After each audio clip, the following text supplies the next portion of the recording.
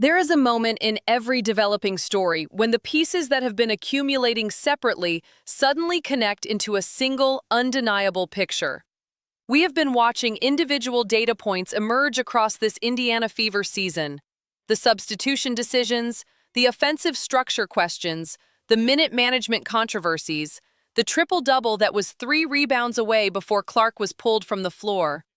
Each of those moments has generated its own conversation, but what is emerging now connects all of those moments into something larger, something more consequential, and something that the Indiana Fever organization can no longer address through press conferences and carefully managed public messaging. Footage has surfaced showing Caitlin Clark in what appears to be a heated exchange with members of the Indiana Fever coaching staff. The video, which circulated rapidly through the fan community following the Seattle Storm game, shows Clark visibly and emphatically engaged in a sustained argument with a coach, an argument that did not resolve quickly, that continued with intensity, and that reflects a level of player-to-staff friction that goes well beyond the ordinary competitive frustration that surfaces in professional locker rooms during difficult stretches of a season. Let us be precise about what is observable and what requires appropriate analytical restraint. We can see from the footage that Clark is engaged in a direct, sustained, visibly intense exchange with coaching personnel. We can observe that the argument did not dissipate quickly,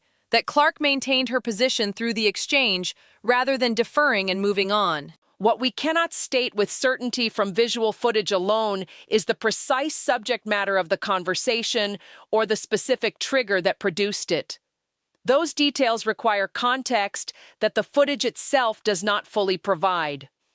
What the footage does provide, unambiguously, without requiring interpretation, is evidence that the relationship between Caitlin Clark and the coaching staff of the Indiana Fever has reached a level of visible tension that has now become a matter of public record, and that is significant, enormously significant. Not because player-coach tension is unusual in professional sports, it is not, but because of who this player is, what she represents to this franchise and to this league, and what the specific patterns of this season suggest about the underlying source of that tension. There is a specific contextual data point that cannot be overlooked when examining this footage and what it means.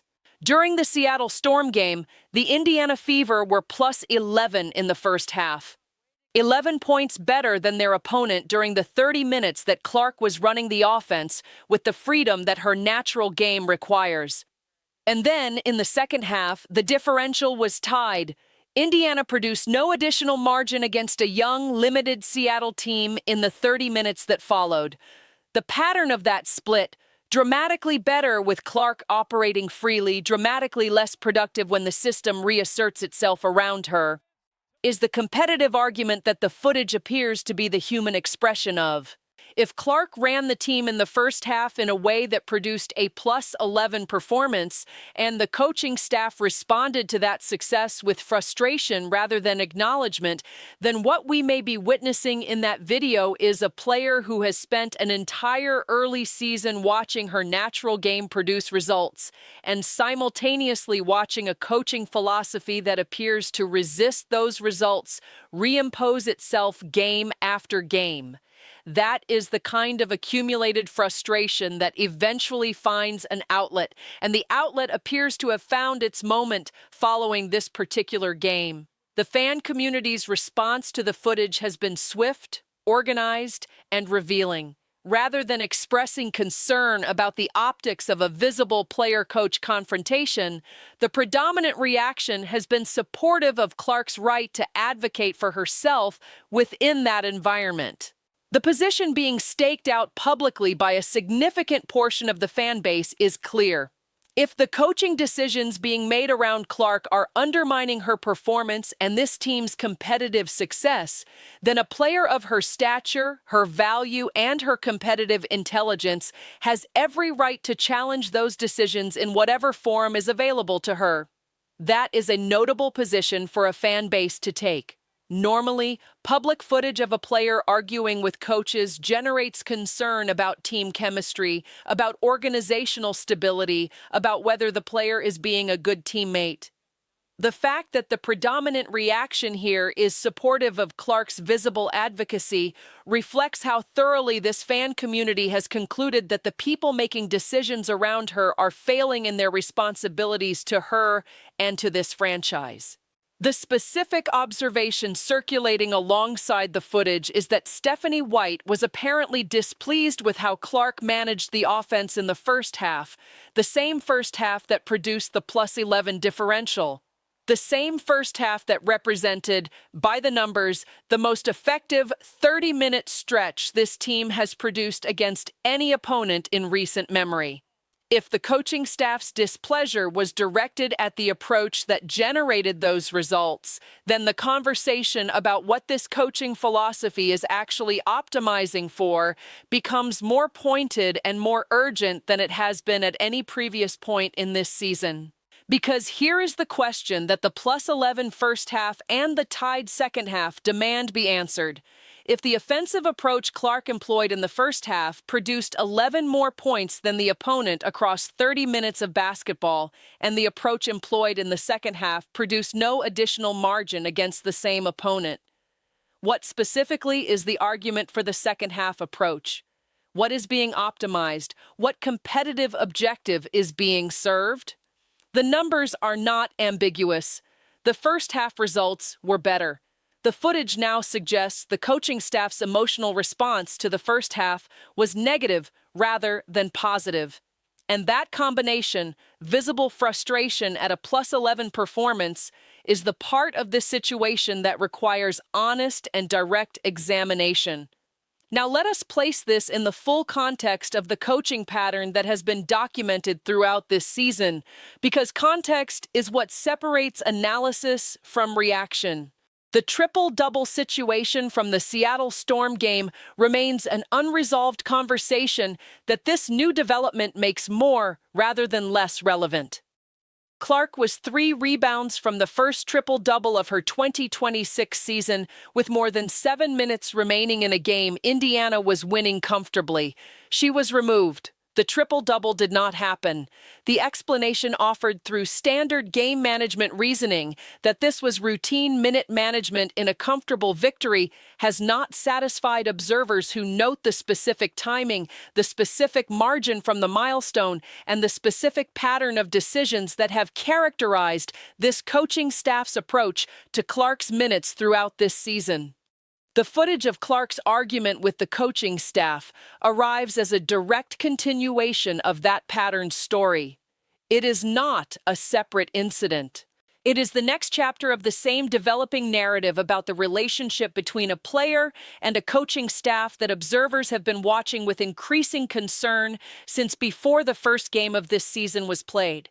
The question now being asked more loudly than ever before is whether this situation has reached the point where it cannot be managed through the natural adjustments of a developing season.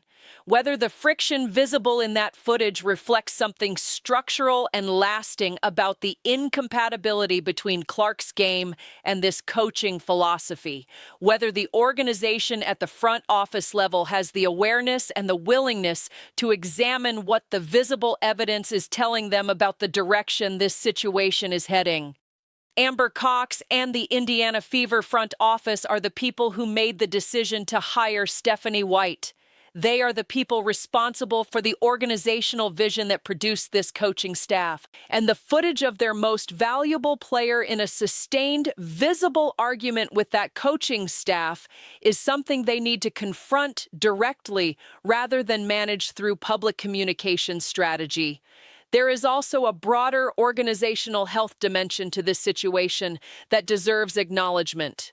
A team that wins the first half by 11 and then produces nothing in the second half against the Seattle Storm.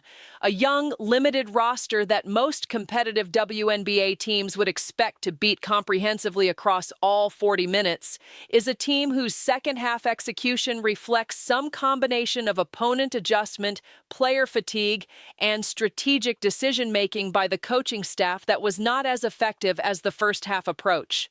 The competitive split of that game is its own argument for evaluating what was different between the two halves and why the difference existed. The fan community has connected those dots and reached a conclusion that is being expressed across every platform where Indiana Fever discourse takes place. The first half worked because Clark ran the team. The second half was less effective because the coaching system reasserted itself. And the footage of Clark arguing with the coaching staff is the visible expression of a player who has understood this dynamic from the inside and has apparently reached the point where she is no longer willing to absorb it without response. Whether that interpretation is entirely accurate in every specific detail, only the people inside that locker room and inside those coaching meetings know for certain. What is certain is that the footage exists, that it shows a sustained and intense exchange between Clark and coaching personnel, and that it has arrived at a moment when the conversation about the relationship between this player and this coaching staff was already the dominant storyline of the Indiana Fever's season. The defensive improvements visible in the Seattle game are real and deserve acknowledgement. The team produced better defensive results than earlier games, and that represents genuine progress from the defensive identity that White was hired to establish. It is appropriate to note that improvement honestly. But the Seattle Storm is a young, developing roster that is not the measuring stick against which this team's defensive evolution should be fully evaluated. The improvements need to be sustained against more capable offensive opponents before they can be cited as evidence that the defensive system is arriving in the form that was promised. The 20 turnovers remain a persistent concern that transcends any individual game result. Indiana is generating winning margins while also committing turnover totals that will be far more costly against better competition. That is a team-wide execution problem that requires coaching solutions, and it has not been resolved through this early portion of the season. But all of those basketball conversations are now operating in the shadow of the footage. Because the footage changes the nature of the situation in a way that box score analysis alone cannot capture. Player-coach relationships are the invisible infrastructure of professional teams. They determine what is communicated effectively and what gets lost in translation. They determine whether adjustments made during timeouts and between quarters actually reach the players and influence behavior. They determine whether a player is competing with the full confidence of feeling supported by her organizational environment, or whether she is competing in spite of friction that is consuming energy and attention that should be directed entirely toward the game. Caitlin Clark arguing visibly and intensely with her coaching staff in footage that has now circulated publicly is not a detail that exists separately from her performance, from her team's results, or from the broader organizational questions that this season has raised. It is connected to all of those things, and the Indiana Fever organization needs to engage with what it represents, honestly, transparently, and with the urgency that the situation demands. This player is the reason this franchise has the profile, the commercial value, and the national relevance it currently possesses. She is the reason the seats are filled, the broadcasts are watched, and the league's media partners committed billions of dollars to a future built around the audience she generates. And she is now visibly, publicly, and emphatically communicating that something within her professional environment is not acceptable to her. The organization that ignores that signal or manages it through communication strategy rather than genuine organizational accountability is making a decision with consequences that extend well beyond this season. And those consequences will eventually show up in every metric that matters, on the floor, in the standings, and in the commercial relationship between this franchise and the fan base that has invested more in women's professional basketball than any other community in the sport's recent history. The footage is real. The tension it reveals is real. And the question of what happens next belongs entirely to the people inside the Indiana Fever organization, who have the authority and the responsibility to answer it.